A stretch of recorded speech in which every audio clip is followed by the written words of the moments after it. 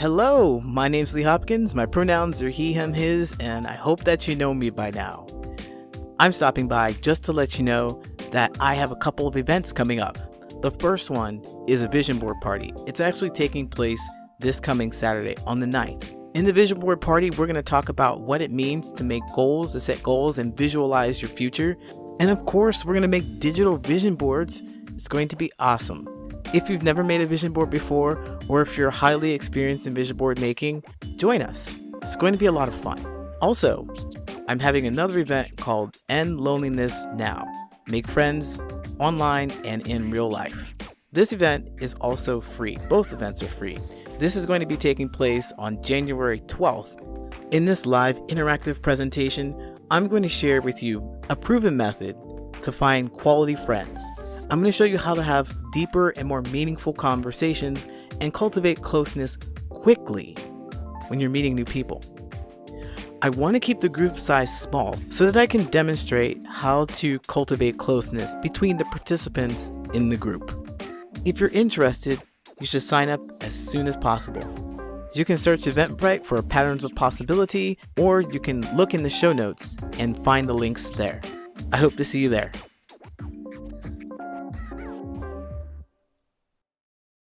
Just a quick heads up, I swear a lot in this episode. Welcome, my name's Lee Hopkins, my pronouns are he, him, his, and you're listening to The Patterns of Possibility. The Patterns of Possibility is all about helping you replace harmful patterns with new possibilities. In each episode, we'll discuss topics that inspire confidence, direction, and resilience. In this episode, we're going to talk about what it means to apologize. And there are three kinds of apologies. There's the half-assed apology, there's the non-apology, and of course, there's the deeper and more meaningful way to apologize. We're going to get into that too. Are you ready? Let's go.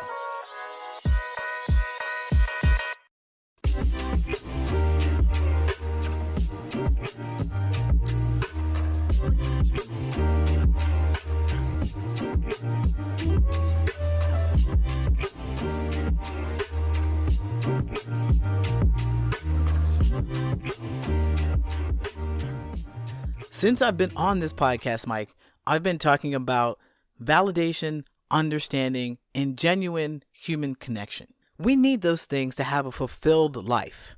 That's the reason why we interact with people in the first place. Apologies are necessary when the connection between you and the person who was harmed is broken or damaged in some way. So when we're apologizing to people, we're attempting to restore that connection that was broken. This is why I break down the categories, because all apologies are not created equal. There are half-assy apologies, there are non-apologies, and there are complete, genuine apologies. The half-assy apology kind of makes a connection, but it's not solid, it's not where you were before. And it's surprisingly the most widely used form of an apology. It's those two words that we've all been taught to say. I'm sorry. Yes, that's half-assy. The non-apology or the anti-apology is a weapon. It's a thing you pull out when you want to destroy your relationship, when you want to cause turmoil, when you want drama, you want chaos. That is what you use. It's not really an apology. People just try to pass it off as if it is. Have you ever heard, "I'm sorry you feel that way"? Yeah, that's a non-apology. And finally, the complete apology will restore the connection as best as it possibly can. There may be some irreversible damage that you cannot repair, but when you do a full apology, you'll get back to as close to the connection that you had as possible. Now let's break these down. I've got two reasons why "I'm sorry" is an ineffective half-assed apology. The first reason is because it doesn't offer any kind of connection with the other person. Remember, you're trying to restore the connection that was damaged. And with those two little words, you don't do it. Because when you say "I'm sorry," you make the whole conversation about you. There's no room in there for the other person and their feelings. It's literally two words. It's not a question. It's a statement. It's a complete declaration of how you feel. And that's it. That's the end of it. Those words are not meant to generate any thoughts or ideas. They're meant to just stand alone. I'm sorry. Have you ever apologized to someone and they said, I forgive you, and then the next thing you know, they're still mad at you? They're still doing things like they're pissed off? Well, yeah, of course. You didn't get an opportunity to create that connection that was destroyed or broken or damaged. When you declare that you're sorry, they may automatically respond with, I forgive you. Because that's been drilled into them. That's been drilled into me too. When someone apologizes to me, when they say, I'm sorry, I'm supposed to accept their apology. I'm supposed to forgive them. I'm supposed to be the bigger person. In a connection with someone, I don't want to be bigger than them. Just want to be cool with them.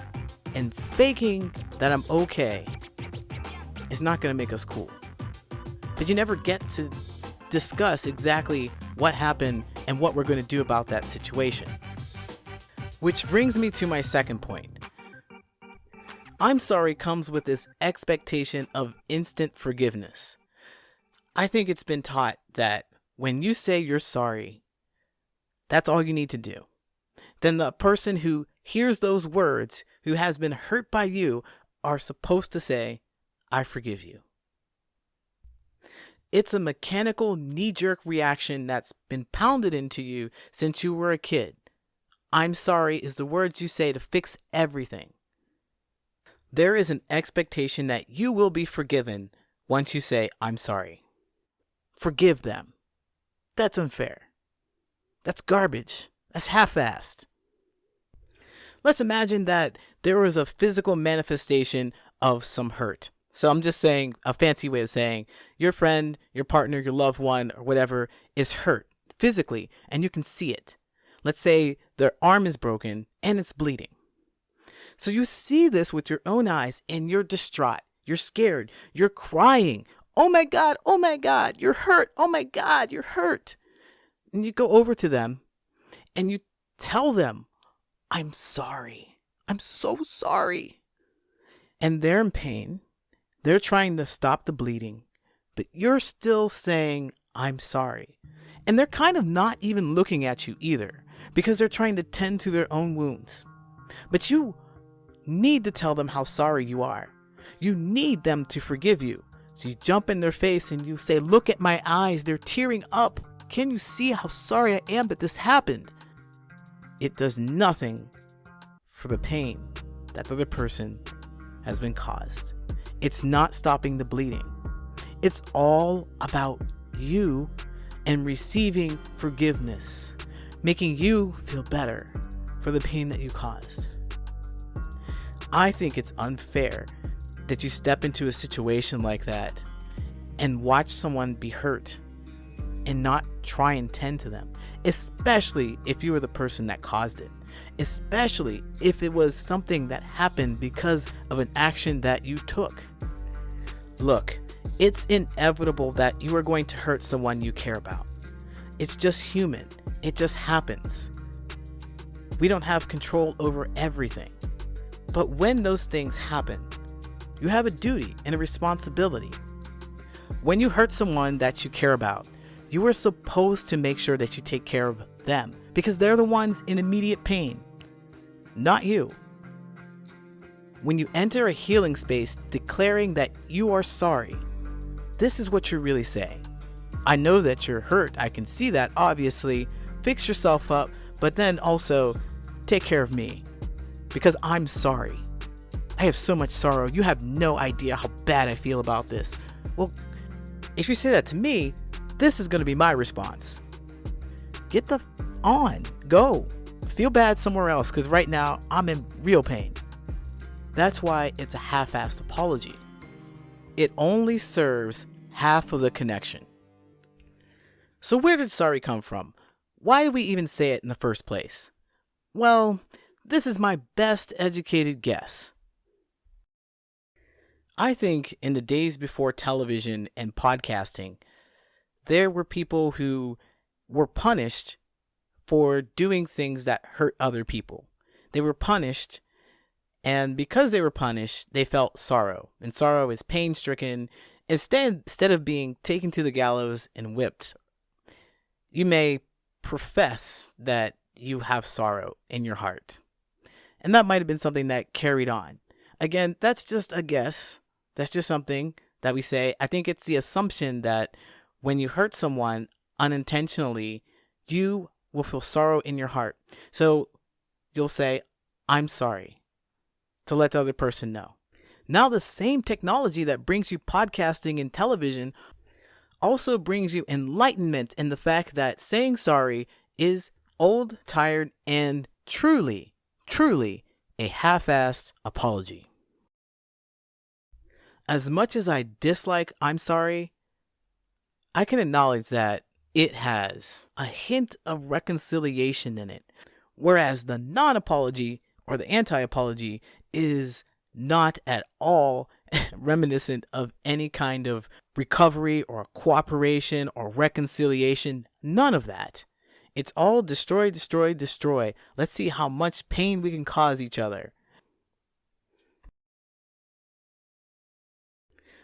Some years ago, I had just moved to a new place with my partner.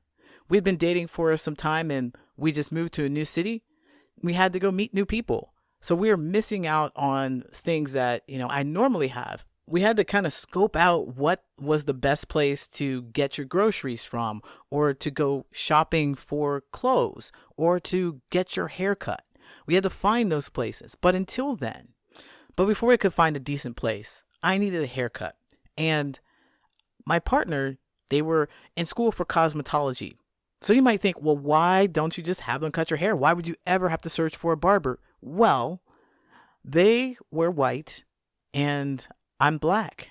So I was afraid that they wouldn't be able to cut my hair. I was afraid that I was going to get some kind of look that, well, I didn't want. But push came to shove and I was kind of desperate. So I asked them to do it. And lo and behold, I was right. My hair was jacked up. Although I was feeling some kind of way about it, I still had to go to work. So I put a cap on that and I went to work. When I come back home, I tell them that my hair is jacked up and I need your help. Can you just fix it for me? Maybe straighten it out a little bit. I don't know. Do something, please. And they get an attitude. They're like, well, I'm sorry that I didn't cut it good enough for you the first time. Like, what? That doesn't help anything. My hair is still messed up. And, excuse me? You messed up my hair and you're mad at me for having a messed up haircut? What? At this point, I don't have any more of the story for you. I don't remember what happened. But my best educated guess is, based on all the relationships that I've had, we argued. And we argued some more. And then I didn't get my hair cut. And I went to work with a jacked up haircut for weeks. Or until my hair grew back in. And with it, there was not an attempt to see anyone's side of the story. It was just all about each one of us trying to get our point across. Let's recap. I'm sorry is a half-assed apology. Non-apologies are no-goes. So what's the solution? Well, it's good old-fashioned understanding. That's the solution. They want you to acknowledge the impact that you had on them. They don't want you to fix it. They don't want your sorries. They don't want you to pity them. They want you to acknowledge that they feel some kind of way about it. And you will have satiated them without saying sorry. Understanding each other works, and it's necessary because we as humans seem to have this desire to share experiences. And not just share experiences, but share feelings, the same feelings about this experience. The same feelings about a specific experience. That's a lot. But here's an example. Revenge cheating. Guy steps out of a relationship. He sleeps with someone else. The girl finds out and she's like, not breaking up with him. She's mad about it. She's just going to go cheat. She goes and she cheats. Revenge cheating is a real thing. And she did that because she wants him to experience that same feeling. Here's another one. It doesn't have to be all negative or or tit for tat things. It could be like a movie. How many times have you seen a movie and recommended it to somebody else? It's so funny. It's so scary. It's so exciting. And you want someone to go to that movie and have the same experience that you do. If they go to this comedy that you talk about, that you love so much, and they say, well, I enjoyed the storyline, but I didn't really think it was funny, and you thought it was hilarious, you may be a little disappointed because you want to share in that same experience. I had a friend open up a jar of something in the refrigerator. They put it to their nose and they smelled it. They're like, ugh, it smells terrible. And they said, here, Lee, smell it. It smells terrible. And I go, ugh, it smells terrible. Why did I do that? Because I wanted to share this same experience with him. They already told me that it was terrible and I wouldn't like it. And sure enough, it was terrible and I didn't like it. But I did it because I wanted to share that experience. We find a connection in our shared experiences and our feelings about the shared experiences. So that's why it works. That's how you restore the connection, when you demonstrate that you understand exactly how they feel about that experience. Since you cannot have that same experience, the very next thing is to understand how they feel about it and why they feel that way. And there's a bonus that comes with this. They get to tell you about this specific behavior that happened, that you may have done. They can tell you with certainty that whatever you did hurt them. They want you to hear how they feel about that, and they want you to take responsibility for your actions. Who cares if it's intentional or not? It happened. You had an impact. Recognize that you had that impact. Own that behavior. Do yourself a favor and don't assign any malice to it. Just take in the information as fact. You then process this information in your mind. Ask yourself, do you want to have that effect on them? Are you okay with how they feel right now? How do you feel about the impact that it had on them? Starting here is going to help you resolve this issue and help bring the connection back to life. And then when you make a decision on the kind of action you're going to change, you'll either see your connection become more solid, or you can see it dissipate, depending on what you decide you're going to do. An apology is three things. It's an acknowledgement that you've impacted someone in a way that is not desirable. Second, it is a promise to change that behavior. And third, it's actual behavioral change. If you keep saying, I'm sorry, I'm sorry, without any behavioral change, then a sorry person is all you will ever be.